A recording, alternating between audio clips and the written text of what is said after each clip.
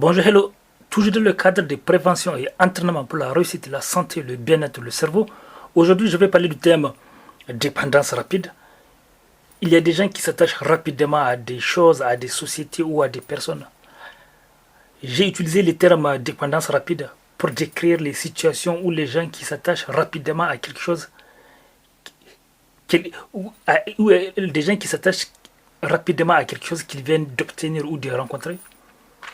Ce qui est intéressant, c'est de savoir si la personne est consciente du danger de la situation. Et surtout, le plus important, c'est que la personne qui est dépendante se rende compte qu'elle est attachée rapidement à une nouvelle chose, une nouvelle société ou une nouvelle personne.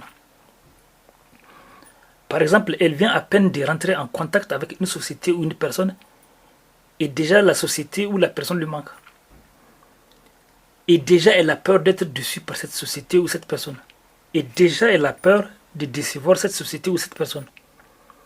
Les grands penseurs ont bien insisté pour répéter que quelqu'un qui dépend psychologiquement de quelque chose ou d'une personne n'est pas libre.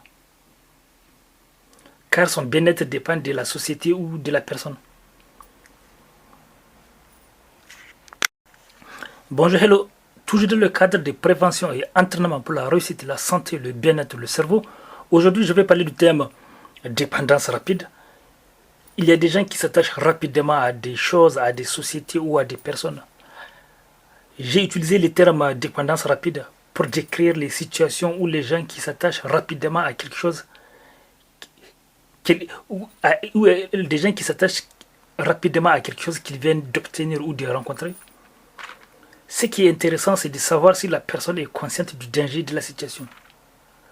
Et surtout, le plus important, c'est que la personne qui est dépendante se rende compte qu'elle est attachée rapidement à une nouvelle chose, une nouvelle société ou une nouvelle personne. Par exemple, elle vient à peine de rentrer en contact avec une société ou une personne, et déjà la société ou la personne lui manque. Et déjà elle a peur d'être déçue par cette société ou cette personne.